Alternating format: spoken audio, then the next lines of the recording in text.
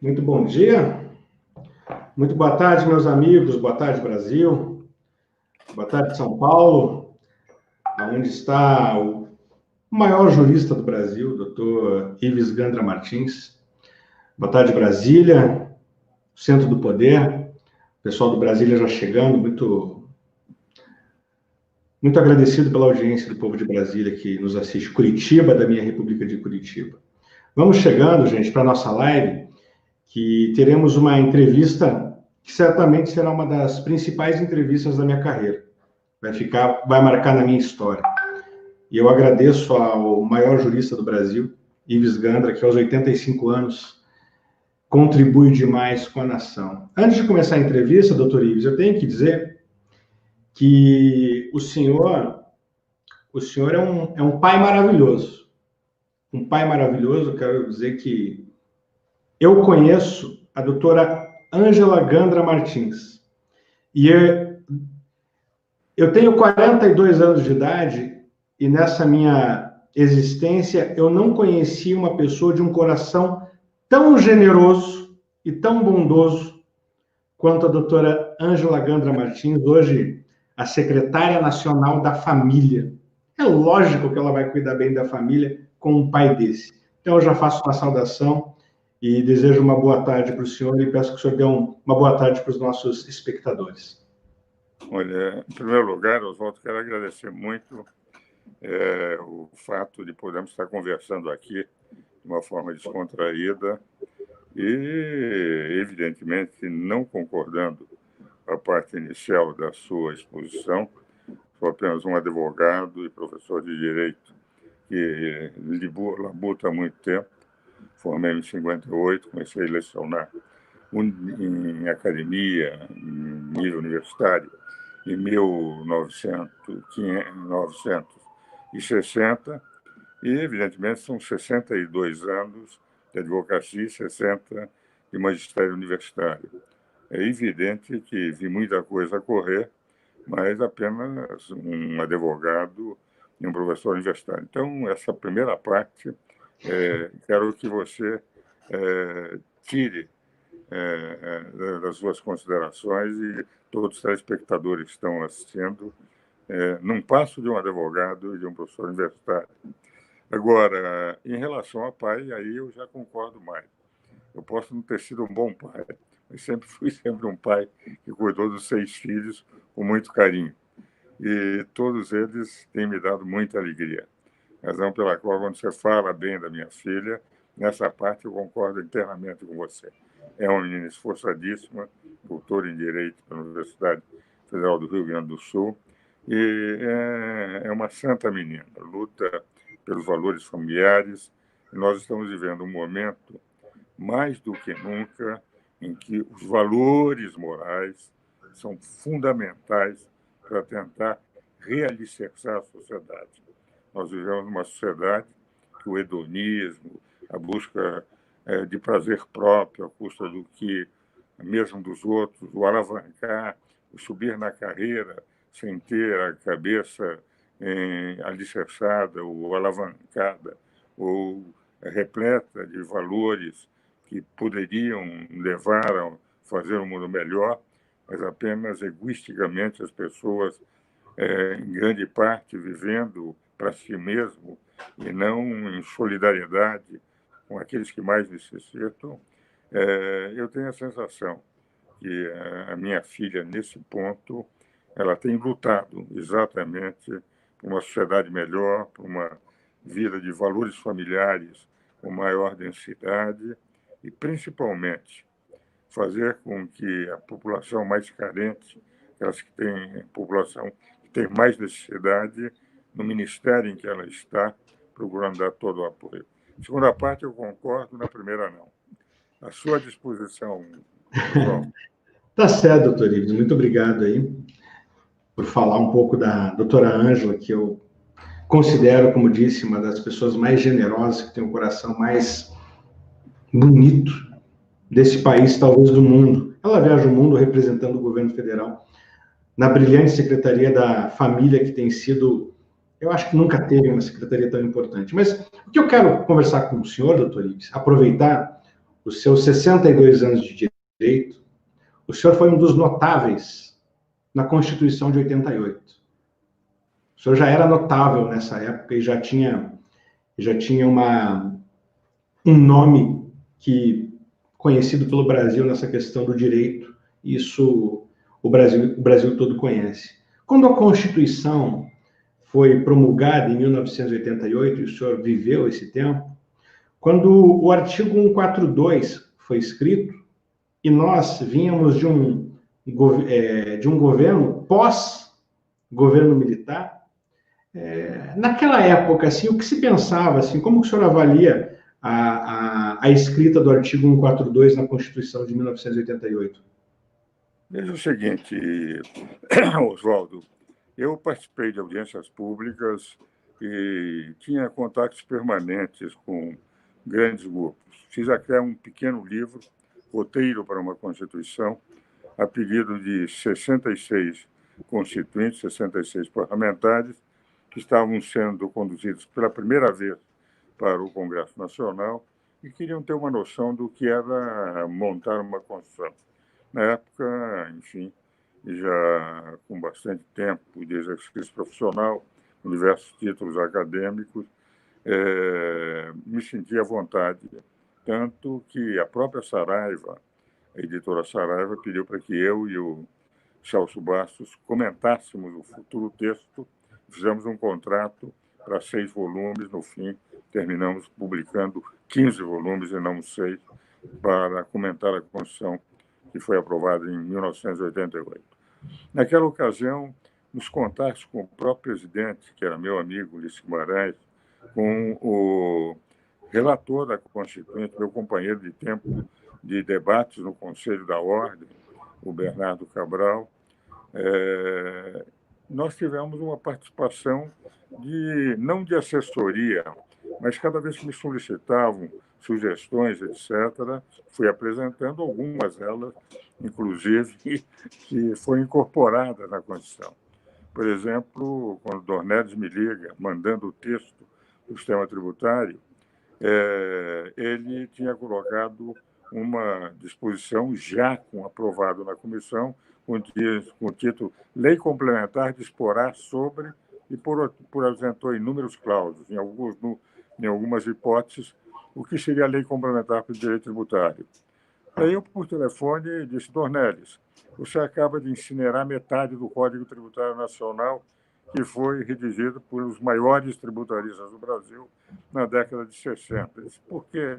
Porque você pôs números clausos. O que não tiver nessas hipóteses, evidentemente, deixa de ser lei complementar e deixa de orientar todo o sistema tributário. Conversamos, eu dei a sugestão para ele incorporou e colocou lei complementar disporá especialmente sobre isso. Com isso, nós salvamos o Código Tributário com um único advérbio. E assim, houve diversas outras contribuições. Quando foi do artigo 142, é interessante como elementos vinculados aos constituintes, ao Ulisses, ao Bernardo, principalmente, pessoas como Ney Prado, o general Leônidas, que era uma cabeça muito consciente daquilo que deveria se levar à Constituição, o Saulo Ramos, que veio a ser, inclusive, ministro da Consultor-Geral da República à época. O que houve foi tentar colocar uma disposição, já que a mentalidade dos militares, naquele momento, eles entendiam que realmente o perfil teria que ser diferente daquele período em que eles dominaram o país de 64 a 85, e o artigo 142 foi fruto dessas discussões de juristas, de políticos e de militares. E se deu 3 funções. Isso que eu quero deixar muito claro, Oswaldo, porque tem havido umas interpretações de pessoas que não só não viveram aquele debate constituinte, como não aprenderam a ler. Eu diria, a expressão foi dura, não aprenderam a ler. Ou leram com um preconceito em relação à atividade militar. Primeiro, o artigo 142 está num título. A Constituição é dividida em 9 títulos gerais e um ato complementar de disposições transitórias. Um dos títulos chama-se, veja o nome do título, Oswaldo,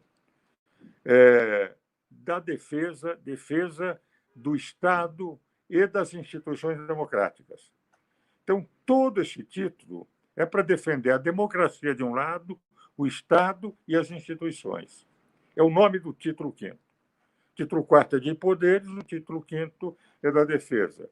O título 4 faz menção aos poderes todos, o executivo, o legislativo, o judiciário, a funções essenciais, administração da justiça, advocacia e Ministério Público. E daí vem um outro título que diz não poderes, diz defesa das instituições democráticas e do Estado.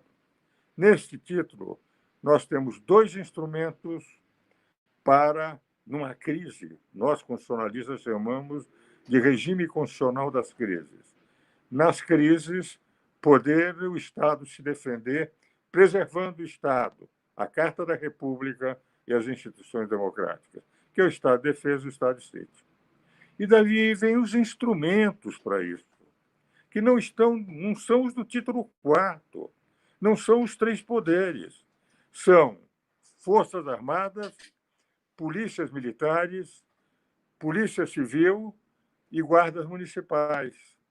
O que vale dizer, em outras palavras, a defesa da democracia colocada pelos constituintes, se houver uma crise, por isso é que nós chamamos regime constitucional das crises, ela vai ser solucionada através do título 5º, Estado de Defesa, Estado de Sítio, ou a intervenção, Forças Armadas, polícias, etc. No capítulo dos Forças Armadas, quando fala no 142, dá 3 funções. A primeira função é a defesa da pátria. Isso ninguém discute, é normal. As Forças Armadas é que defendem contra a invasão externa. A segunda, garantia das instituições. Então, todas as instituições da República são garantidas contra invasões, contra deturpação da ordem, deturpação da lei. As Forças Armadas, se eles pedirem para as Forças Armadas, e mesmo que não peçam para as Forças Armadas, se houver uma situação em que as Forças Armadas têm que entrar para garantir, elas entrarão. E aí vem uma terceira função. E, a pedido de qualquer dos poderes da lei e da ordem. Ora, se eu tenho um discurso que diz garantia das instituições e outro em seguida, e a pedido de um dos poderes da lei e da ordem, embora a garantia da lei e da ordem esteja na garantia das instituições no segundo discurso, no terceiro discurso é a pedido de uma das instituições. Por que um dos poderes vai pedir? Ele, na verdade, se o terceiro discurso tivesse de acordo com o segundo discurso, não precisaria do terceiro discurso, bastaria o segundo. Então, além de garantir as instituições, que representa garantir a lei e a ordem, há um pedido de um dos poderes para garantir a lei e a ordem. Ora, quando é que é um pedido de um poder? É quando ela está tendo, esse poder está tendo uma limitação no exercício das suas competências e atribuições legislativas. E essa é a razão pela qual é que, se um poder entrar em conflito com outro, o que tem que acontecer, Oswaldo? As Forças Armadas vão para aquele ponto específico em que está havendo a divergência insolucionável entre os 2 poderes, repor a lei e a ordem. Eu vou dar um exemplo. O artigo 103, parágrafo 2º da Constituição, declara que, nas ações diretas de inconstitucionalidade por omissão, sempre que o Constituinte manda, impõe, exige do Poder Legislativo que faça a lei e não faz o Poder Legislativo, entra-se com uma ação de inconstitucionalidade por omissão, o Supremo decide. No momento em que o Supremo decide, o Supremo não pode fazer a lei que o Congresso tem que fazer. o Supremo tem apenas que comunicar ao Congresso para que o Congresso faça a lei. Se o Supremo só pode comunicar e não pode fazer a lei, é evidente que não pode invadir nenhuma competência do Poder Legislativo. Agora, Oswaldo, só para seguir o raciocínio, vamos admitir, e é interessante, nos debates constituintes com o Bernardo Cabral, o Sidney Sanches e o Odir Porto, que era o presidente da Associação dos Magistrados Brasileiros, eu propus que se colocasse um prazo. O Supremo deve pôr um prazo de 6 meses. Sabe qual foi a observação do Sidney Sanches para mim, que é meu colega de turma? Ives, imagine que o Congresso não cumpre, não faça a lei em 6 meses. Você acha que eu teria coragem de mandar prender 503 deputados e 81 senadores por desacato à ordem judicial? O argumento do Sidney arrebentou com o meu argumento, destruiu o meu argumento e ficou sem prazo nenhum. O 103, parágrafo 2º, não tem prazo nenhum. Mas vamos admitir que o Supremo, em vez de pedir ao Legislativo para fazer a lei, o Supremo faça a lei. E o Legislativo, utilizando um outro dispositivo, 49, inciso 11, declara, porque o inciso diz que cabe ao Poder Legislativo zelar pela sua competência normativa perante os poderes, diz que não vai cumprir o que o Poder Judiciário está dizendo. E o Poder Judiciário disse, então, vamos mandar prender o presidente do Congresso, que, no caso, seria o presidente do Senado, por desacato à ordem. Eles vão e pedem às Forças Armadas para ver quem é que tem razão. Isso é a pedido de um dos poderes para repor a lei e a ordem. Quem vai repor não pode ser o Supremo, porque o Supremo é parte do conflito. Nem pode ser o Poder Legislativo, porque ele é parte do conflito. Então, o poder moderador máximo, que está título Defesa do Estado, das instituições democráticas, como poder moderador, não para romper a Constituição, não para destruir o poder, não para fazer com que deputados, senadores, membros do Supremo Tribunal Federal sejam afastados, mas para garantir a ordem, para garantir a lei, para garantir a Constituição, para garantir a democracia, vai dizer, nesse caso, como a Constituição declara, 103, parágrafo 2º, que é o Congresso e não o Supremo que faz a lei, caberá ao Congresso realmente não aceitar a lei do Supremo e o Congresso fazer a lei que ele achar que caberia no caso. Só num caso assim extremo. Por isso é que nós chamamos regime constitucional das crises. Quando começa a haver um choque entre poderes, tem que haver um poder moderador. Caso contrário, o que nós teríamos era um superpoder. Aí existe um poder máximo, que é o Supremo, existe um poder máximo, que é o Judiciário, e poderes subservientes, menores, subpoderes, que seriam o Legislativo e o Executivo. E cada vez que houvesse um conflito, mesmo que parte do conflito fosse o Poder Judiciário, seria o próprio Poder Judiciário que decidiria em causa própria, é evidente. Então, foi muito bem pensado pelos constituintes. E está num título, cujo título não está no capítulo correspondente ao Poder Judiciário. Não está no título 4º. Está no título correspondente à defesa das instituições democráticas, à defesa do Estado, para a reposição, não para romper, para a reposição da lei e da ordem.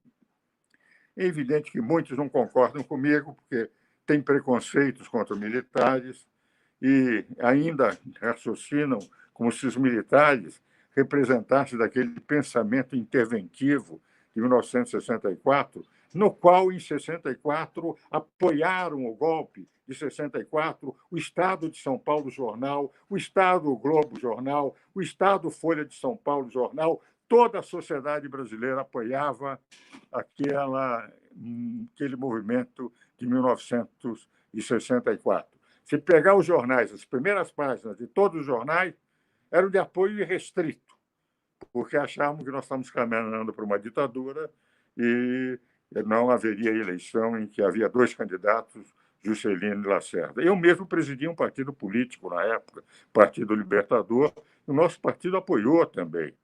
Meu rompimento com a política, deixei de fazer política e nunca mais fiz, e nunca me arrependi de nunca mais fazer política, foi em 65, quando veio o ato institucional número 2. Porque com o ato institucional número 2, aquilo que nós queríamos garantir, que era a eleição de 1965, para ver se o povo escolheria Juscelino ou Lacerda, foi rompido porque se distinguiram todos os partidos. E eu mandei para o presidente do meu partido, que era então ministro da Justiça, senador Mendes Sá, dizendo: nunca mais farei política no Brasil. Raciocinarei como cidadão, exporei minhas posições como cidadão, serei advogado e professor, mas não exercerei funções.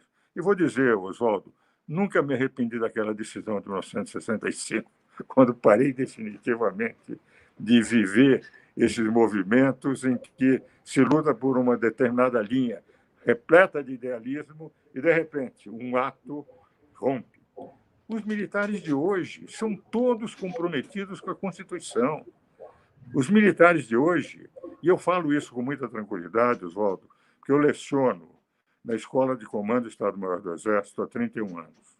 Há um curso especial para coronéis que vão ser dessa turma de minha todo ano, sairá os generais do ano, uma parte dos generais do ano, e sei perfeitamente que eles são, Oswaldo, elementos que estão comprometidos com a Constituição e com a democracia. Até porque as aulas que eu dou normalmente são sobre direito constitucional e mostram a necessidade de vivermos plenamente um regime democrático. Então, essa é a razão pela qual não só eu tenho tranquilidade sobre a mentalidade quando os jornais publicam perigo de golpe, eu digo, perigo de golpe é zero. Zero, zero e mais zero. E tentativa de manter moderação, fazer com que a crise que estamos vivendo possa ser acalmada, venhamos a ter um ambiente mais tranquilo, só se pedirem, só se houver. E vou mais longe. Se por acaso for o presidente da República a pedir, na doutrina que eu ensino, na minha interpretação da Constituição, de quem comentou com Celso Bastos em 12 mil páginas a Constituição brasileira, é a seguinte: o presidente da República não pode ser o chefe das Forças Armadas, porque ele é parte e juiz. Da mesma forma que o Supremo não pode ser, em caso em que ele está em conflito com outro poder, porque ele é parte e juiz ao mesmo tempo, o presidente não pode julgar com o poder moderador que as Forças Armadas são, se ele for parte por ter ele pedido que as Forças Armadas. Daí seriam os comandantes das Forças Armadas aqueles que decidiriam como, naquele ponto pontual, repor a lei e a ordem. Essa é a minha interpretação. Deixa eu... esse tema é o tema mais importante do Brasil hoje comentado. O presidente Jair Bolsonaro disse, hoje, em frente à sua casa, chega, basta, do jeito que está não dá para continuar. As pessoas, quando ouviram a sua tese, isso repercutiu muito na internet, mas elas não entenderam bem. Então, deixa eu te fazer algumas perguntas específicas.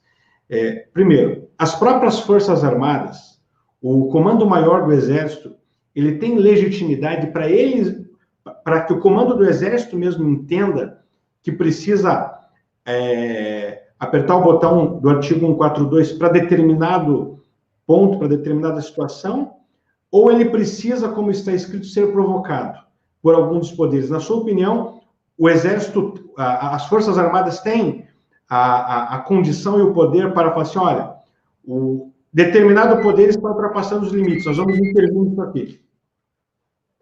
Veja o seguinte, a minha posição, desligaria aí, a minha posição não é unânime entre aqueles que defendem a tríplice função do poder das Forças Armadas para solucionar um conflito, uma crise institucional. Por exemplo, o falecido, saudoso Ney Prado, que foi relator da Comissão Afonso Arinos e também era professor da Escola de Comando do Estado-Maior do Exército e também emérito, como eu, o Ney Prado defendia que poderia haver, inclusive, uma intervenção independente de pedido de um dos poderes. Porque, quando diz garantir as instituições, o garantir as instituições pressupõe que essa garantia das instituições esteja na capacidade das Forças Armadas. A minha interpretação é mais restrita. Eu entendo que garantir as instituições é quando as instituições são atacadas, entende? Por exemplo, o Supremo decide sobre matéria que não tem nada de inconstitucional, decide pela Constituição, pretende aplicar e não consegue, e daí as Forças Armadas estão, ou como aconteceu no governo Temer, invadiram o Congresso Nacional, começaram a pôr fogo, ele imediatamente pôs as Forças Armadas e acalmou naquela terra. O que vale dizer, em outras palavras, na minha interpretação, só para garantir as instituições quando elas estão em xeque, independente de pedidos. Agora, para repor a lei e a ordem, quando ela foi atingida, quando ela foi maculada, tisnada, ferida, entende? Por um dos poderes, terá que haver a solicitação do poder. Eu vou dar um exemplo. Quando o senador Delcídio foi preso, eu não estou entrando no mérito se merecia ou não merecia, se a decisão do Supremo foi certa ou não certa. Digo apenas o seguinte: a Constituição declara que quem teria que autorizar a prisão seria o Senado. E o Supremo mandou prender sem autorização do Senado. Se o presidente do Senado pedisse às Forças Armadas, dizendo: o artigo 53, acho que é para o segundo ou terceiro, a Constituição aqui, o artigo 53 não permite que ele seja preso. Ele tem que ser preso depois da autorização do Senado. Como aconteceu, por exemplo, com o José Dirceu. O José Dirceu, a Câmara autorizou, ele foi preso. Não é? Eu não estou entrando no mérito, nem do Dirceu, nem do Delcídio. É o que está na Constituição. Se o presidente do Senado, na época, o Renan Calheiros, tivesse pedido às Forças Armadas, as Forças Armadas dizem: cumpra-se, porque é um poder que não exerceu a sua função de garantia constitucional dos seus senadores, porque só com autorização do Senado é que o Delcídio poderia ser. Então, na prática, prevaleceu a decisão do Supremo.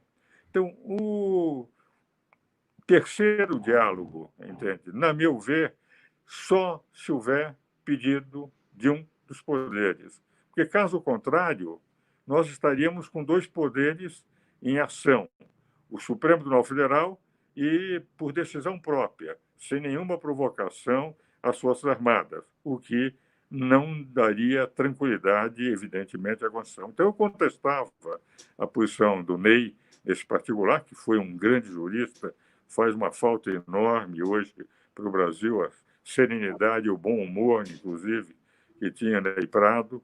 Agora, eu estou convencido, para mim, que na defesa das instituições, quando elas estão correndo risco sem pedido, cabe às Forças Armadas protegerem-na. E repor a lei e a ordem só a pedido. Deixa eu dar um outro exemplo prático. O senhor deu o exemplo do Delcídio, sem entrar no mérito, e eu quero dar outro exemplo também, sem entrar no mérito. Não queremos entrar no mérito de pessoas, mas da Constituição. Estou falando com um dos notáveis da Constituinte de 88. O presidente Bolsonaro, ele tem o poder discricional, ele tem o poder para nomear os entes do Poder Executivo. Quando ele nomeou o Ramagem como diretor da Polícia Federal, o Supremo cautelarmente pediu para ele tirar, deu uma ordem para sair. Houve uma interferência, em tese, nessa tese do Poder Judiciário, no que o presidente tem o poder discricional para fazer. Nesse caso, o presidente poderia, através do artigo 142, pedir para que o poder moderador falasse: não, isso é discrição do presidente, e garantir a presença do Ramagem na PF. Isso se aplicaria na 142, no seu entendimento? Eu acho que isso poderia se aplicar. Quer dizer, ele teria ainda um recurso de recorrer diretamente ao plenário para tentar derrubar.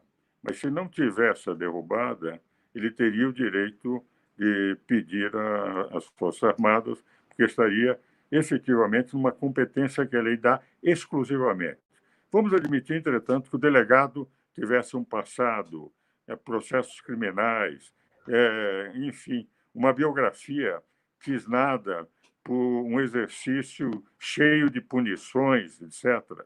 Aí até se poderia discutir a tese de o ministro Alexandre de Moraes, que eu gosto muito. Temos livros escritos juntos, é um belíssimo constitucionalista, e poderia dizer, não, em função desse passado, vamos suspender e tal, e deveria fazer, como dizia o Marco Aurélio de Mello, em colegiado e jamais individualmente, tal interferência no outro poder. E mostraria as razões. Agora, por mera suspeita, levando a questão de não poder nomear alguém que tinha um passado brilhante dentro da Polícia Federal e que, ao mesmo tempo, era elemento que sempre demonstrou exercer dignamente a sua função, ser suspenso por mera suspeita de um desafeto do presidente da República, e num processo em que o presidente não teve nem condições de falar, porque ele suspendeu uma nomeação de um delegado que, pela lei, era exclusivamente função do delegado, principalmente levando-se em consideração que há duas teses na matéria. Eu, por exemplo, defendo a tese de que as investigações elas devem ser sigilosas. Embora pudesse haver suspeita, não havia fato concreto nenhum para impedir. Mas eu entendo e dei para a Polícia Federal até pareceres no sentido de exercer essa sua função, inclusive sigilo em relação ao próprio diretor da Polícia Federal, porque se o investigador encontrar alguma coisa contra o diretor, teria que guardar. Agora, uma outra tese que, dentro dos constitucionalistas, tem mais força do que a minha, de que o presidente tem total administração do Executivo. Quando ele foi eleito para ser presidente do Executivo, ele tem que conhecer tudo o que acontece. Ele tem todas as informações das Forças Armadas. Ele tem, através, inclusive, do Serviço de Inteligência. Ele tem a BIM, onde ele também tem informações. Tem a COAF, onde também tem as informações. Por isso, a lei declarou que a nomeação é ato exclusivo dele, privativo dele. Um outro poder não pode dizer, só pode nomear fulano, não pode nomear ciclano. Entende? Então, aí, efetivamente, ele teria, mas resolveu desistir e, para, ao meu ver, não criar um problema maior. Mas Doutor Ives. O ministro Celso de Mello, que é outro constitucionalista, e é muito constrangedor falar sobre pessoas que eu admiro como juristas. Por exemplo, o Alexandre tem livros escritos, com o Celso ele me citou repetidas vezes, e eu também conheci antes dele ser ministro, e considero um brilhante constitucionalista, de pegar de um processo que só poderia discutir matéria referente ao processo, ninguém pode decidir ultrapetita, levar a público uma reunião de um outro poder com muitos aspectos que não tinham nada a ver com aquilo, tornando público matéria que deveria ser de ambiente sigiloso, na busca eventual de conseguir que outros fatores que não tinham nada com o processo pudessem inviabilizar o governo, com toda a admiração que eu tenho pelo ministro Celso de Mello, que respeito, admiro, e é sempre constrangedor quando tem que se pôr uma posição contrária, tem a impressão que ele não poderia ter feito aquilo. Então, nós chegamos a um ponto em que o judiciário começou a exercer funções de política, porque, ao tornar público matéria que não tinha nada a ver com o processo, a decisão foi muito mais política do que jurídica. E, ao tomar uma decisão política, aumentou a crise institucional que nós estamos vivendo nesse momento. Então, eu tenho a sensação que, se nós não procurarmos com bom senso os poderes dialogarem para que nós possamos voltar a enfrentar as duas grandes crises da saúde e da economia, e não criar uma crise política criada desde o depoimento cinematográfico do juiz Sérgio Moro, admirava pelo que ele fez na Operação Lava Jato, mas acho que fez um mal muito grande ao país, porque criou uma crise política nesse último mês, decorrente das acusações, da forma como foi apresentada. Qualquer ministro em carga de confiança, quando pedem o cargo, entrega o cargo. É um cargo de confiança. Quantos ministros? O próprio ministro Mandetta, quando entrou em choque com o presidente, não só entregou, como foi sorridente à posse daquele que veio substituí-lo. Então, tem a impressão que nós estamos vivendo uma crise política desnecessária sobre fatos de menor importância. Por exemplo, meu querido amigo Alexandre de Moraes, somos confrades, inclusive, em academias, entende? No momento em que também essa busca de celulares que nós tivemos ontem, o que ocorre? Você tem rigor no celular, como fez, por exemplo, da própria advogada, mulher do governador do Rio de Janeiro. Se é advogado, o celular, eu tenho conversas com os mais variados clientes, que não podem ser do conhecimento do Poder Judiciário. Vamos até admitir o seguinte, que o Poder Judiciário mande pegar o celular de um advogado que goza de inviolabilidade pela Constituição, pelo artigo 133. E há outros casos em que ele está defendendo criminalmente, em que ele tem o direito do sigilo, e o juiz que vai decidir pega aquilo das conversas entre ele, advogado, e o seu cliente, que goza do direito de ter o sigilo do advogado e passa a conhecer porque mandou aprender, quebrando a inviolabilidade garantida pelo artigo 133 da Constituição. Então, eu tenho a impressão que nós estamos vivendo num ambiente que qualquer suspeita leva à apreensão de documentos, qualquer suspeita leva à apreensão, inclusive de pessoas que têm o direito de livre expressão. Se nós pegarmos, por exemplo, a inviolabilidade dos deputados no exercício dos seus mandatos, eles têm direito à inviolabilidade. Quer dizer, na verdade, eles têm o direito, inclusive, de xingar e tal, e não se pode fazer nada se for numa discussão ampla dentro do Congresso Nacional ou em função do exercício do seu mandato político, perder a calma, que é próprio, muitas vezes, no debate político, e mandar aprender o que... Então, nós estamos vivendo um ambiente de insegurança jurídica. Qualquer fato merece, preliminarmente, sem direito à defesa prévia, de ter a sua intimidade completamente descoberta para se investigar, ver se encontra alguma coisa que possa garantir a opinião daquele magistrado, daquele membro do Ministério Público que quer provar. E a melhor forma de tentar provar. E quando não prova, diz o seguinte: não, eu conheci toda a sua vida, entrei na sua intimidade, arrebentei com a sua casa, tornei público, desfigurei a sua pessoa perante a opinião pública, agora eu peço desculpa porque não encontrei nada.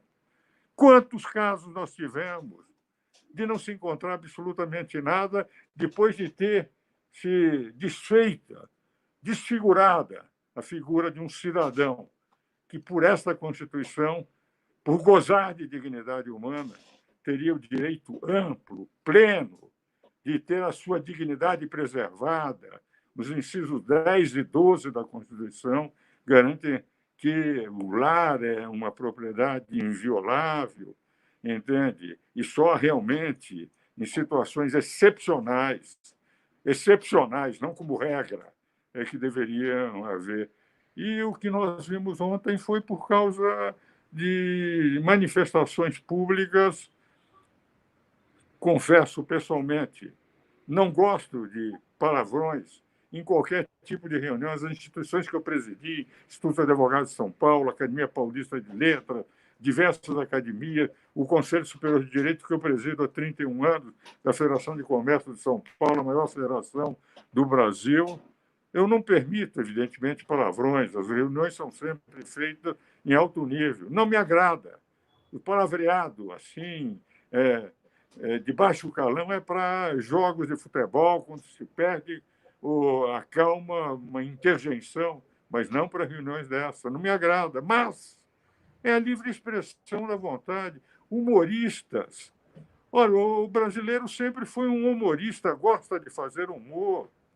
Só porque o humor é feito contra pessoas, eu, muitas vezes, nas minhas posições, eu sou atacado pelas pessoas, não dou atenção nenhuma. Eu exponho as minhas ideias, nunca ataco pessoas, ataco ideias, mas se os outros querem me atacar, é um problema deles. Eu ajo, eu não reajo. Os cidadãos que reagem estão dando um valor àquilo que eles acham que não são. E, por essa razão, tem que mostrar a sua honra, a sua dignidade. Ora, a honra e dignidade nunca é atingida se a pessoa está acima das pessoas que estão atacando. Se alguém não tem característica para poder usar o palavreado adequado, se não tem, digamos, a compostura para fazer, tentar baixar o nível e dizer vou porque minha honra foi atingida, a honra só pode ser atingida por iguais. Por quem está acima de tudo isso não tem a sua honra atingida. Nunca reagir contra as pessoas que, enfim, atacam com posições diferentes, às vezes até com violência. O problema é deles, porque eu ajo, eu não reajo. Eu tenho a minha linha. O livro da Ayn Rand, A Nascente, em que aquele arquiteto genial era atacado por todos mais medíocres, ele nunca se importou com os ataques. Ele sabia o que ele era. Eu tenho a impressão que o Supremo está acima de qualquer ataque às pessoas. No momento em que eles pretendem achar que sua honra foi atingida, evidentemente, eles estão caindo, descendo do pedestal em que foram colocados como os grandes juristas do país e são para, enfim, entrarem numa discussão que muitas vezes pode levar ao mesmo linguajar dos estádios de futebol. Então, a minha posição é de que estamos num momento de crise e precisamos de bombeiros nos três poderes. As pessoas têm que começar a dialogar. Não vale a pena. O artigo 142 foi colocado como recurso extremo para garantir a democracia. Mas o ideal, nós dizíamos isso na época, quando eu conversava com o Bernardo e com o falecido Ulisses Guimarães, com quem mantínhamos contatos, e tenho a impressão que até nas minhas conversas, por ser sempre parlamentarista, desde os tempos acadêmicos, ele tinha se convertido assistindo palestras minhas sobre o parlamentarismo. O Ulisses, no fim da vida, era parlamentarista convicto. Entende?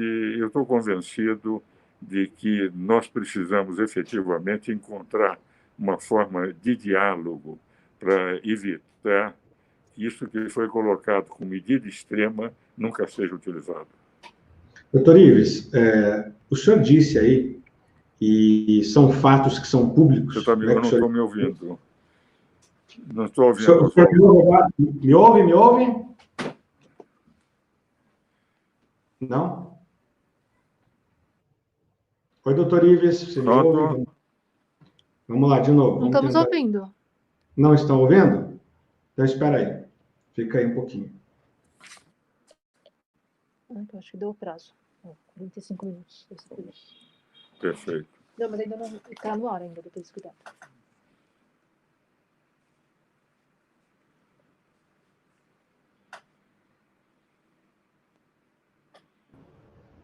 Oi, doutor Ives, agora o senhor me ouve? Não me ouve, doutor Ives? Agora estou ouvindo. Agora ouve. Que bom. Que bom que deu certo. Doutor Ives, deixa eu entender uma situação importante aí.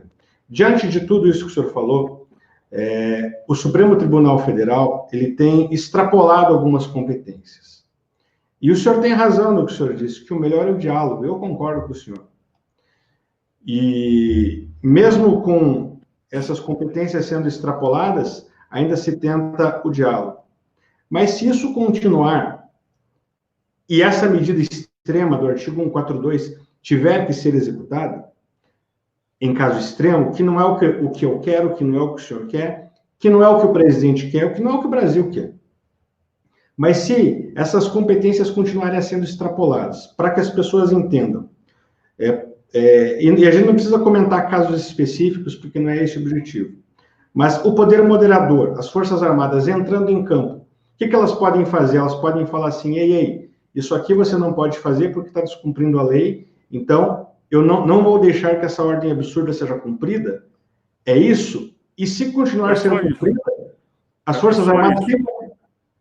Não, as Forças Armadas não vão modificar nenhum dos poderes, o Supremo vai continuar Supremo como é, o Legislativo como é, o Executivo como é, mas naquele ponto concreto em que não se pretendeu respeitar a Constituição, é que eles serviriam como poder moderador. E nada mais. Quer dizer, então o Supremo continuaria com toda a sua função, falar em golpe de Estado, falar em intervenção, etc., não. Seria repor a lei e a ordem naquele ponto concreto em que a lei e a ordem foi. Vamos admitir, por exemplo, o problema do celular. Parece que não é mais objetivo, porque o Procurador-Geral da República, pelo menos o que a imprensa está dizendo, não pretende pedir o celular do presidente. Mas se viesse a pedir o presidente dizer, eu não vou dar, porque eu tenho tantas conversas com um chefe de Estado, etc., que não cabe ao Poder Judiciário saber, é só o Poder Executivo. E o Poder Judiciário insistisse, o presidente disse, eu não vou entregar. Se o Poder Judiciário quisesse, eles iriam pedir às Forças Armadas garantir de que ele não entregasse. Acabou. Feito a garantia de que não seria entregue, continua o Supremo com todo o seu poder, etc. Felizmente, também já perceberam que isso poderia trazer um risco, e o próprio Procurador-Geral da República, que é um cidadão de muito bom senso, extremamente moderado, entende, já pelo menos é o que a imprensa está dizendo, não pretende fazer o pedido. Mas a intervenção seria sempre pontual, nada mais do que naquele ponto, sem nenhuma intervenção, sem nenhum risco de os militares pretenderem assumir o poder, sem nenhum risco de voltarmos a ter um regime de exceção. Porque o que a Constituição declara é que a eles cabe a defesa do Estado e das instituições democráticas. É o único capítulo que tem essa expressão. E por que eles foram colocados como poder moderador? A única vez que aparece na Constituição a palavra pátria é no artigo 142. Eles têm uma responsabilidade perante a pátria, perante o Brasil como nação, perante a sociedade de brasileiros. E eles têm hoje total consciência que a função deles é de protetores da Constituição e da democracia no Brasil. Por essa razão, era uma reposição pontual. Os poderes continuam funcionando, mas, nesse ponto, a forma de respeitar a Constituição, a lei e a ordem é atuar dessa maneira, só isso, entende? Então, aqueles que falam em golpes, vamos pegar os militares, nada, os militares não vão voltar nunca, num regime democrático de direito, a ser poder. Eles são uma força moderadora de dar estabilidade à nação, não mais que isso, e é muito importante exatamente isso. Tá certo, doutor Ives, eu acho que ficou claro, eu agradeço o senhor aí por explicar para a gente também essa questão. Então, gente, para vocês entenderem, doutor Ives Gandra é um grande jurista, foi notável na Constituição. O grande jurista é por sua conta. Obrigado. Quer dizer, não vai ter uma intervenção militar, os militares não vão se tornar um poder, não vai sair o Bolsonaro, entrar um general, destituir os poderes. O artigo 142 não prevê isso. Mas o artigo 142 prevê, e o doutor Ives falou, e isso pode mudar a história de muitas coisas do nosso país, é que o artigo 142, me corrija se eu estiver equivocado, doutor Ives, pode servir, em caso extremo, como um poder moderador para a manutenção da lei e da ordem. O que é da ordem? Se tiver um quebra-quebra lá, os militares vão entrar e não vão deixar quebrar. E a manutenção da lei é o cumprimento da lei, que é exatamente a Constituição. A Constituição é a lei do Brasil. Agora, se o STF, se o Executivo, através do Bolsonaro, se o Legislativo, se qualquer um dos três poderes descumprir uma lei ou extrapolar sua competência, o poder moderador pode chegar pontualmente e falar assim, ó, como o doutor Ives falou, ó, no caso, o presidente não vai entregar o celular, porque isso está extrapolando a competência. Se o... E Oswaldo, só a pedido de um poder. Só a pedido. Porque se o poder não fizer pedido, a força moderadora não tem que agir. Por isso que não aconteceu, porque não teve pedido, até agora, certo? Exato. Mas, então, mas o presidente, ele falou hoje que basta. Hoje ele falou assim, chega, hoje é o último dia. Então, de acordo com a fala do presidente, a nossa entrevista aqui ela é muito importante, doutor Ives, para que nós possamos dar segurança ao povo brasileiro, segurança às autoridades, no seguinte sentido: se houver aplicação do artigo 142, pode acontecer em caso extremo, mas pontualmente. Se o poder que for acionado, não o que acionou, mas o que foi acionado por descumprir, não quiser aceitar a ordem do poder moderador, o que pode acontecer depois disso?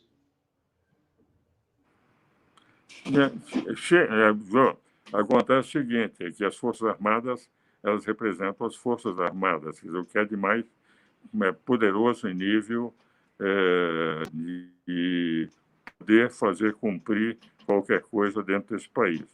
Então, pontualmente, se solicitado, se é o que está na Constituição, eu estou apenas interpretando a Constituição, eles agiriam, o poder teria que obedecer, porque não teria outra forma, porque haveria a exigência do poder militar, nesse caso, para o ponto concreto. Como é pontual e, ao mesmo tempo, isso foi colocado na Constituição, como dizia, quando conversava com o Saulo, com o general Leônidas, que era ministro do presidente Sarney, com o Ney Prado, com o próprio Bernardo Cabral. Aliás, conversava 3 ou 4 dias com o Bernardo. O Bernardo, nós relembrávamos isto, e o Bernardo dizia, mas é rigorosamente isto, é só pontual, jamais para qualquer outra medida que representasse ser um poder político junto à sociedade. A tua acaba, como aconteceu no governo Temer, numa tarde eles tiraram todos e o estado de emergência nem foi de sítio nem de defesa, vai automaticamente afastado. Essa é a razão pela qual o poder teria que obedecer, até porque as Forças Armadas têm maneira de fazer obedecer. Mas eu estou convencido que ainda nós temos grandes condições.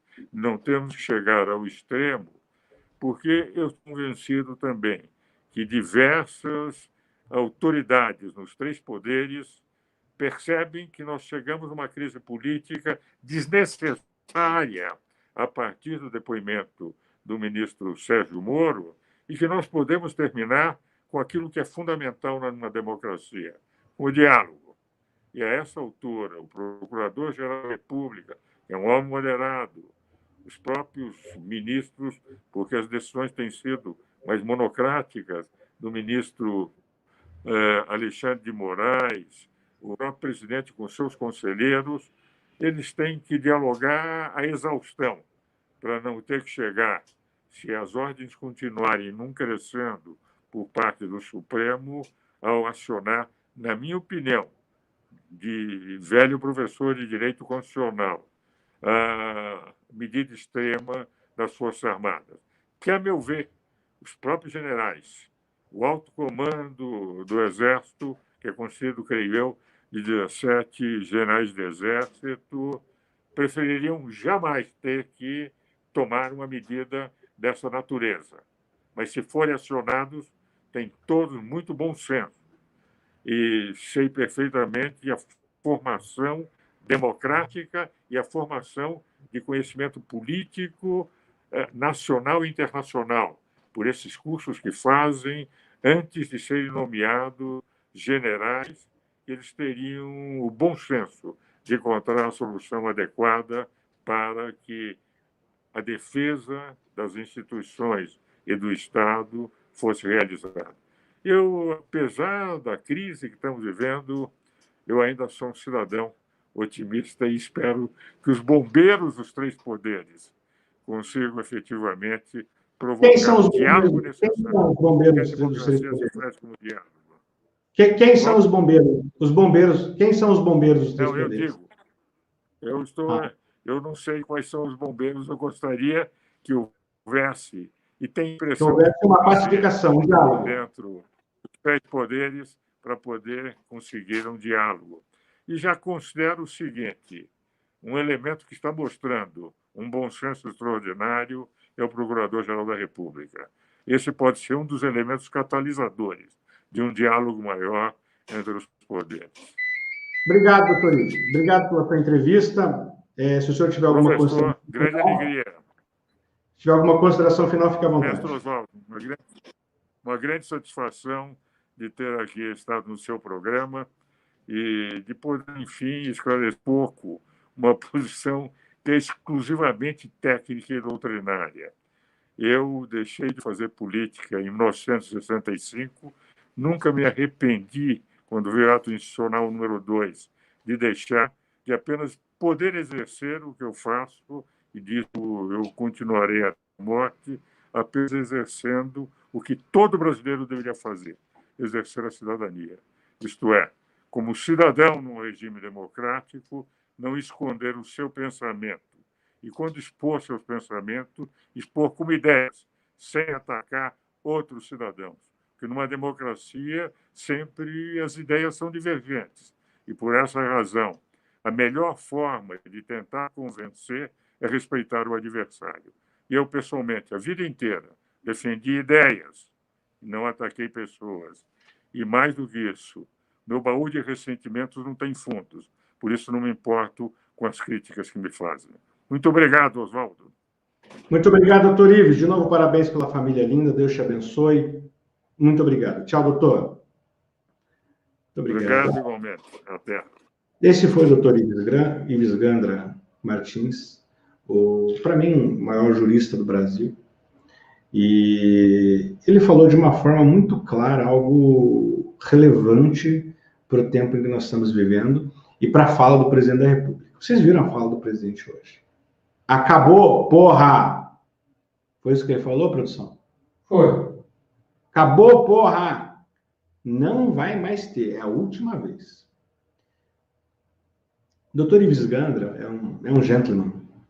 Ele falou assim, olha, o diálogo é a melhor solução. E nós também achamos que o diálogo é a melhor solução.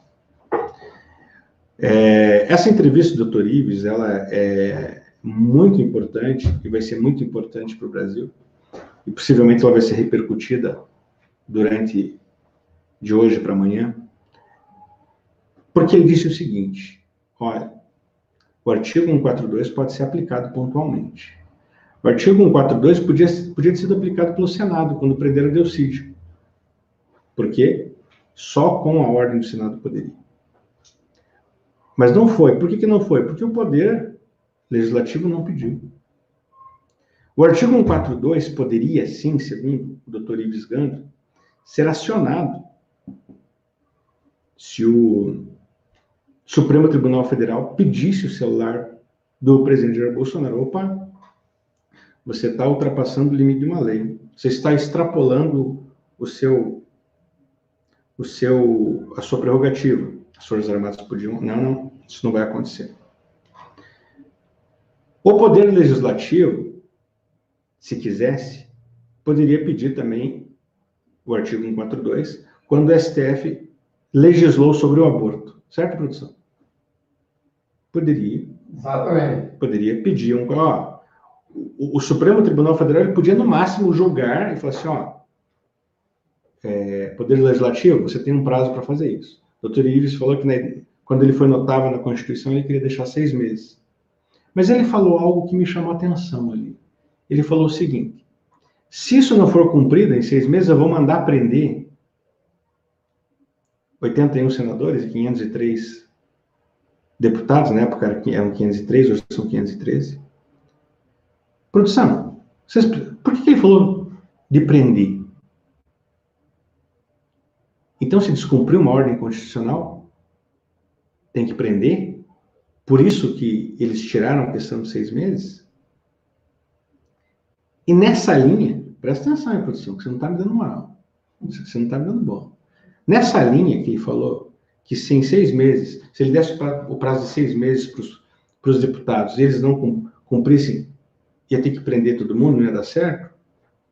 Então, para 1, ou para 2, ou para 3, fica fácil de prender, não fica, produção? Sem dúvida. 513 deputados. Não tem nem cabe na papuda aqui. Todo mundo junto. E não seriam todos, né? Tem gente boa ali. Tem gente muito ruim, mas tem gente boa ali. Agora, 1, ou 2, ou 3, daí já teria cela, teria tudo, não seria escândalo. Por que eu estou dizendo isso, gente? Quando o doutor Ives Gandra, que é um dos maiores juristas do Brasil, para mim o maior jurista do Brasil, e que participou da Assembleia Constituinte, amigo de Ulisses Guimarães, amigo de tantos notáveis que ele citou, Bernardo Cabral, que foi o relator, ele diz o seguinte: olha, a 142 é uma medida extrema, o artigo 142 é uma medida extrema, mas está na Constituição para ser utilizada. Está na Constituição para ser utilizada. Agora, uma intervenção pontual, como defende o doutor Ives, se for o caso, extremo, ele é a favor do diálogo, mas tecnicamente falando, como disse ele,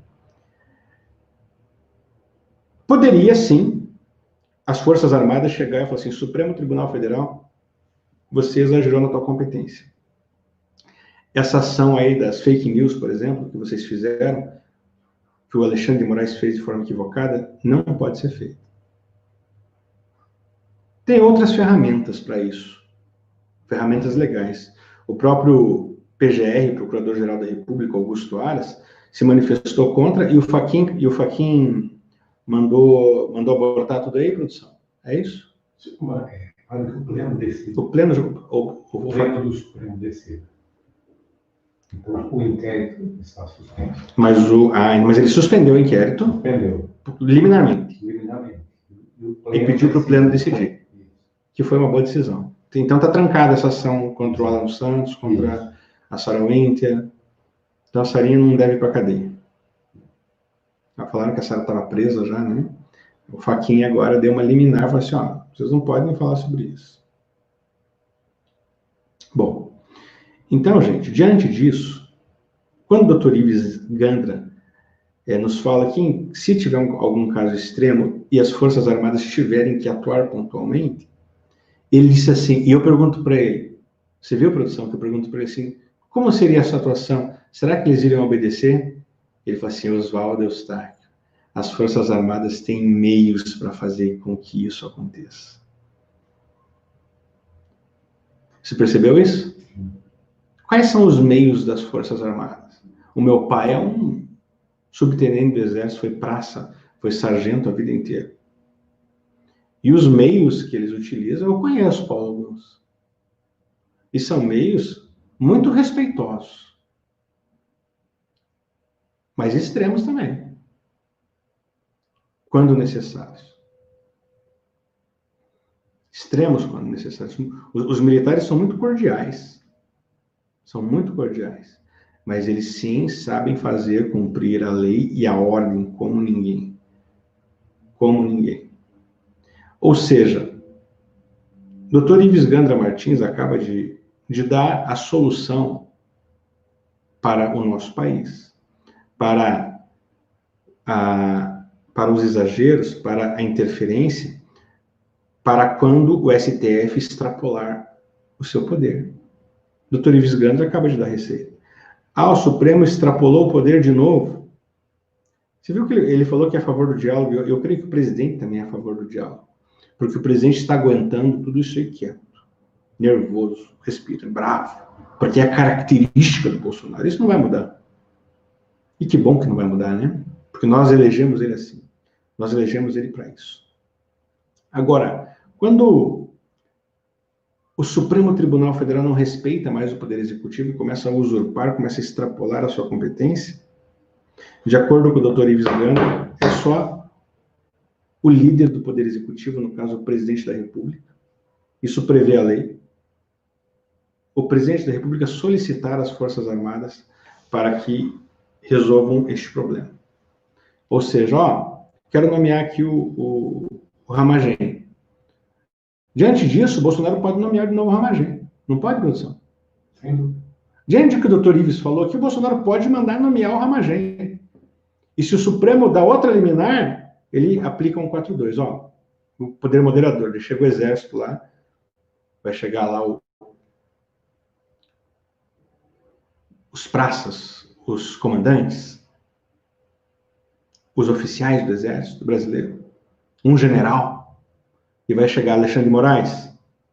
O senhor está dando uma ordem absurda e o senhor está extrapolando a sua competência. Nós somos acionados pelo Poder Executivo de acordo com a Constituição, com o artigo 142 da Constituição, e nós viemos aqui para dizer que esta ação que o senhor fez, ela está cancelada. É isso, produção? E diante disso, nós vamos manter a nomeação do Ramagem. E o Ramagem está nomeado. E, por gentileza, não dê mais ordens absurdas.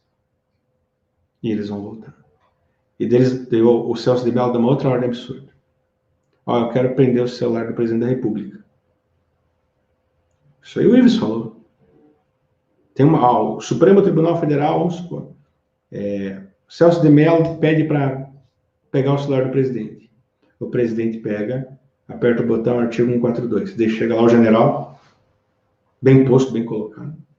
O Celso de Mello, decano, o senhor já está para sair aí. Por gentileza, o senhor retire isso. Aliás, não retire, não. Nós, como poder moderador, nós estamos dizendo que isso, a gente veio aqui comunicar ao senhor que esta lei, este pedido que o senhor fez, não vale mais.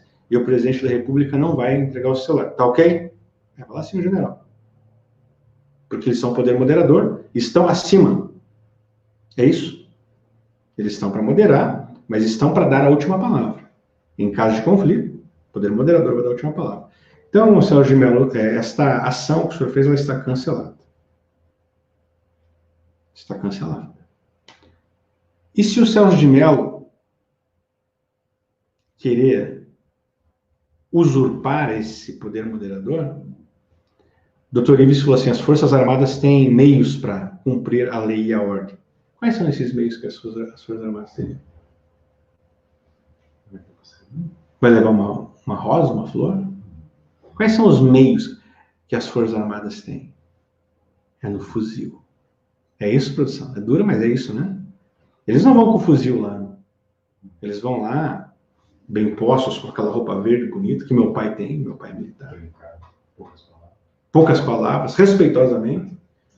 Os militares são respeitosos, muito respeitosos. O seu Celso de Mello, o senhor deu uma ordem absurda aí. Somos acionados pelo artigo da Constituição que o senhor deveria defender. O senhor defende, né? Eles são educados. Mas esta ordem, o senhor deu uma ordem absurda e nós, como poder moderador, vemos aqui dizer que essa ordem está revogada. Isso não vai acontecer. Tá ok? Quais são os meios que as Forças Armadas têm para fazer isso? Eu creio que o diálogo é o primeiro meio, porque eles são muito educados. Mas se o Alexandre de Moraes, se o Celso de Mello quiser dar uma boquejada assim, o que eles vão tirar da cintura? Eu estou falando bobagem aqui? Estou falando bobagem? Tem um advogado aqui para a doutora Agamenon. Obrigado, doutora Agamenon, pela presença aqui. Então, as Forças Armadas podem sim atuar de acordo com o Dr. Ives Gandra como um poder moderador. Este poder moderador que estaria acima do Supremo Tribunal Federal nessas ordens absurdas. E se eles não cumprissem, eles possivelmente, esses ministros, se eles desobedecessem essa ordem, eles iam para um lugar não muito agradável. Já estamos sentindo a hora da caminhada.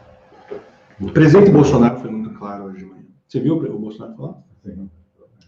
Bolsonaro falou assim, acabou, porra! Desculpa, eu não quero falar palavrão aqui.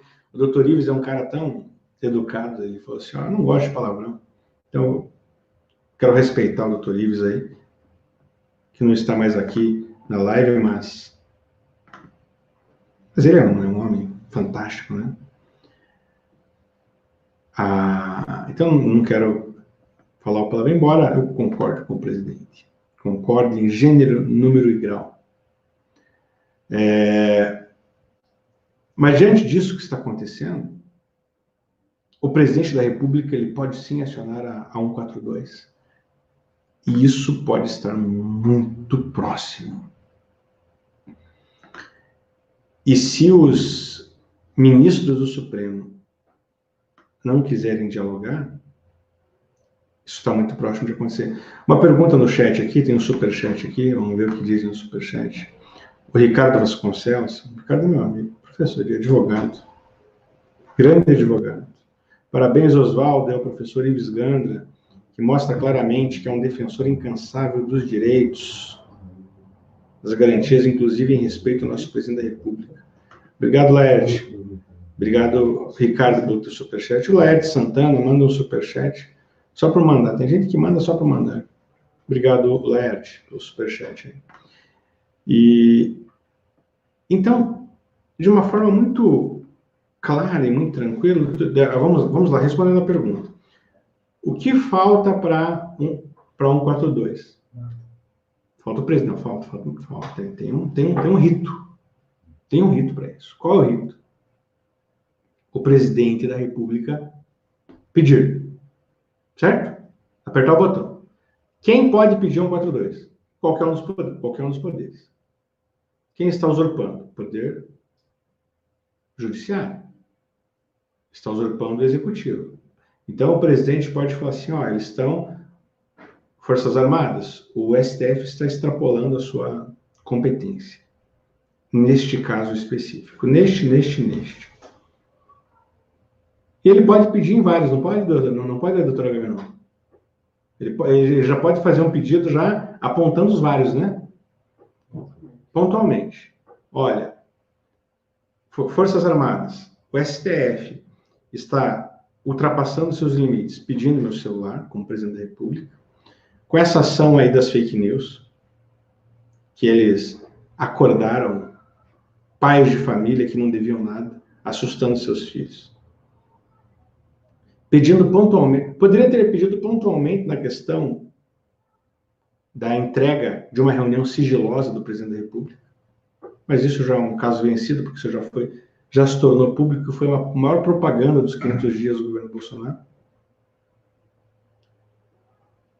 Mas também podia pedir no caso do Ramagem. Olha, eu nomeei o Ramagem como diretor da Polícia Federal, o Judiciário, numa liminar, não deixou, mas essa competência é minha e o Judiciário está ultrapassando essa competência. Uma cartinha, uma folha, né? Às Forças Armadas. 1. O Supremo Tribunal Federal quer pegar meu celular. 2. Se isso acontecesse, né? Não vai acontecer mais. O Supremo Tribunal Federal liminarmente impediu a nomeação do Ramagem na Polícia Federal, onde eu, presidente da República, tenho a prerrogativa. 3. Questão das fake news. Assinado Jair Messias Bolsonaro. Carimba. Então, entrega. Para quem que entrega? Entrega para o comandante das Forças Armadas. Quem é o comandante das Forças Armadas do Brasil? Exército, Marinha ou Aeronáutica? General do Exército. É o general do Exército. A Força Maior. Entrega para o general, Estado-Maior, Força do Exército, a carta. Gostaria que fosse aplicada a Constituição do artigo 142, pontualmente nesses casos, para a manutenção da lei e da ordem. de acordo com o artigo 142. Está dizendo que o STF manda pegar os objetos pela Polícia Federal e os militares mandam devolver nas suas casas. Os militares vão mandar devolver nas casas. O STF vai mandar pegar e daí vai chegar o general 5 estrelas, né? 4 estrelas. General 4 estrelas. Assim, vocês pegaram aí o computador do Alan dos Santos, né? Me dá o computador aí. O Exército vai devolver. Vocês pegaram aí o celular da Sarah Winter, né? O tablet do filho da Sarah Winter, né? O Hector. O Exército vai devolver. O Supremo, onde que está aí o computador do Alan dos Santos? Que a gente quer, a gente vai devolver. Porque essa ação, foi uma ordem absurda. E ordens absurdas não se cumprem. Do Bernardo. O STF, cadê o celular do Bernardo Custer? Que a gente vai devolver lá. Porque essa foi uma ação que vocês extrapolaram a competência de vocês. Do artista humorista. Do humorista. E o Exército Brasileiro, como poder moderador, se acionado pelo artigo 142, pelo Presidente da República, vai manter a lei e a ordem. E se ele não cumprir isso, o Alexandre de Moraes falou assim, não, eu mandei.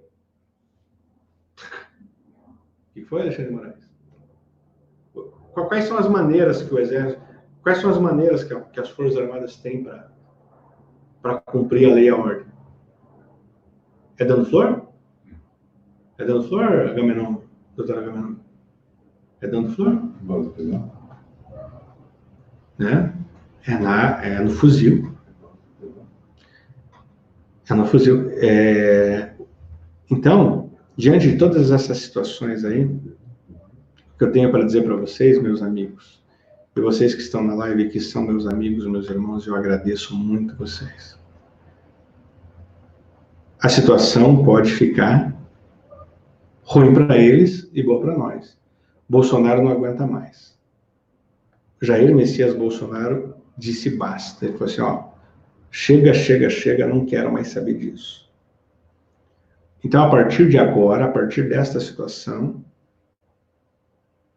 a partir do que o Dr. Ives Gandra Martins disse hoje aqui nesta live, as Forças Armadas já têm uma opinião. É uma opinião. Porque, como o Dr. Ives disse, ele não é o dono da verdade. Pode ser um pouquinho mais para a esquerda, pode ser um pouquinho mais para a direita, pode ter um pouco mais de pimenta, né? O Dr. Ives pode ter sido muito bondoso, né? Porque ele é um homem muito educado, diplomático. Mas pode ser que seja até um pouquinho mais truculento do que ele falou. Porque essa é a tese dele. O Exército tem. Essa é a tese dele. Ele que é professor também em uma escola do Exército. Agora, eu sou filho de militar. Eu sei, eu conheço como atuam os militares. O meu pai me acordava jogando balde d'água na minha cabeça. Hein, doutor Agamenon? Assim, só que meu pai era educado. Filho, eu estava no colégio militar, em Curitiba. E 5h40 eu tinha que acordar para tomar banho, tomar café da manhã, para 6h30 pegar o ônibus para ir para o colégio. 50 minutos. Só que tinha que acordar 5h40. Se fosse 5h45, já atrasava o café, já não dava para engraxar o coturno, né? Então ele chegava lá 5h36. Filho, tá na hora de acordar, dá uma... Então eu tinha 2, 3 minutinhos para dar uma espreguiçadinha e levantar. Ele chegava 5h38, ele viu dormindo lá, babando, assim. Ele falou assim, meu filho querido, eu te amo. Vamos levantar, campeão. Falta 2 minutos. Quando ele dava 5h39 e eu estava babando lá, ele chegava com o balde d'água e acordava lá, o que foi? Puxava o cobertor, não sei o que. Cara, não, puxava o cobertor e não tinha cobertor e se eu não levantasse, ele virava a cama. Mas, impreterivelmente, 5h40 eu estava de pé. Poder moderador. Isso é o poder moderador. Isso é o poder moderador. Sem recurso para a mãe. Sem recurso para a mãe. Esse é o poder moderador. Filho, meu amigo, meu campeão, meu 5h36, levanta. Eu podia levantar, né? Não. 5h37, chegava de novo. Ele sempre dava 2 ouvidos. Meu filho querido, tá na hora, levanta, levanta. 5h39 eu jogava água. Se eu não levantasse, porque eu extrapolei. Se eu não levantasse com a água, tirava o cobertor. E se 5h39 e 45 segundos eu tivesse molhado na cama dormindo, ele virava a cama. E impreterivelmente 5h40 eu estava fora da cama de pé. Poder moderador. Meu pai era um sargento do exército, na época, sargento, hoje um subtenente, segundo-tenente, da infantaria, atuando como poder moderador. Então, gente, eu digo isso para vocês porque o presidente da República, Jair Bolsonaro, não aguenta mais. Bolsonaro falou assim, chega, acabou. Essa foi a última deles. Bolsonaro mandou um recado. STF, essa foi a última vez que vocês fizeram algo dessa natureza. Então, meus amigos, nós estamos muito próximos. Meu pai é militar, meu pai chamava do dia D. O dia D. Foi o que o Bolsonaro disse ontem à noite. O dia D. Tá chegando o dia D. Atenção, STF, eu tenho uma sugestão para vocês, STF, Alexandre de Moraes, para o bem de vocês. O Jefferson de Brasília fala, bravo, Oswaldo Eustáquio, boa tarde. Somos nós todos. Então, eu tenho uma sugestão para vocês, ministros do STF, Alexandre de Moraes, que está querendo perder tempo, prender a Sarah Winter. Em vez de você ficar querendo brigar com a Sarah Winter, que ficar saindo soco com você. Você quer prender a Sarah Winter porque ela quer te dar porrada. Não é que ela vai te dar porrada, Alexandre, é que ela quer te dar porrada. E não só ela, mas uns 100 milhões de brasileiros querem fazer isso. Mas nós não vamos fazer isso. Porque nós somos honestos, nós somos pessoas de bem. Mas que a gente tem vontade de dar uns tapão na boca, tem. Mas a gente não vai fazer, está claro que não vai fazer? Nós não vamos fazer isso com você. Mas 100 milhões de brasileiros têm vontade de te pegar e brigar com você. Como a Sarah teve. Agora, você quer prender a Sarah Winter porque ela é uma menina que tem essa vontade aí? E o Renan Calheiros, que tem 10 processos aí, você não faz nada? 10 processos que o Renan tem? Mais que 10 processos. Jader Barbalho, paraense. Do Jader, ele não pode falar, né? Do Helder. Eu vou falar. Não tenho rabo preso com ninguém. O Jader Barbalho, o Helder Barbalho. E, aliás, falando sobre o Senado, por que o Senado, que tem o poder de juiz para impeachment os ministros do Supremo, não fazem? O Felipe Barros e a Bia Kicis, eles protocolaram um pedido de impeachment do Alexandre de Moraes ontem. É só o Davi Alcolumbre receber. Por que o Davi Alcolumbre não vai receber? Porque vocês, senadores, têm esse rabão aí, ó, que se passa na porta aqui, vai batendo na porta, vai fazendo rabão preso. E que rabão grande que vocês têm aí. Que rabão grande que vocês têm preso. O rabo vai batendo assim.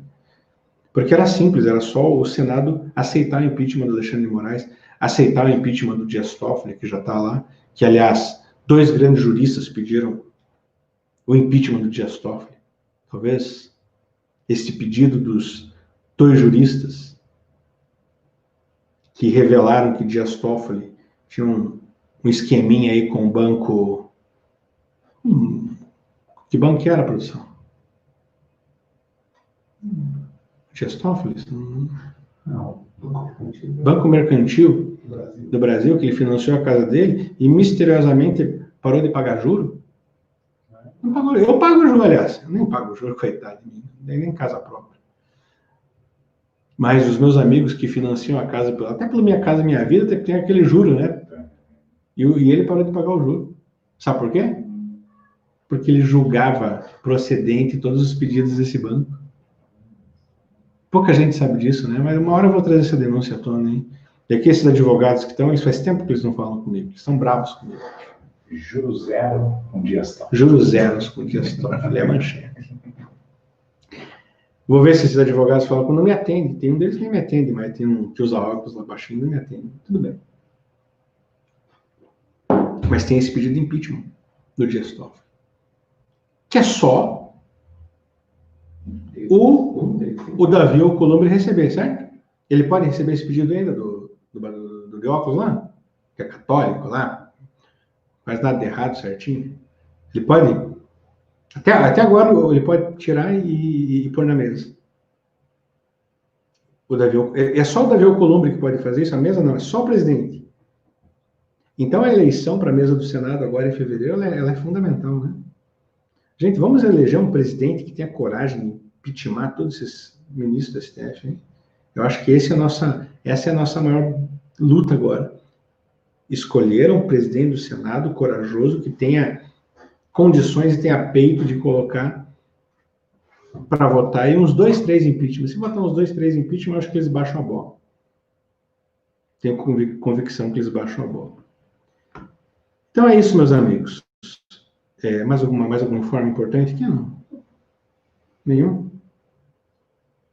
Deixa eu pôr no mudo aqui. E, meus amigos, eu vou fazer mais um pedido para vocês. Primeiro,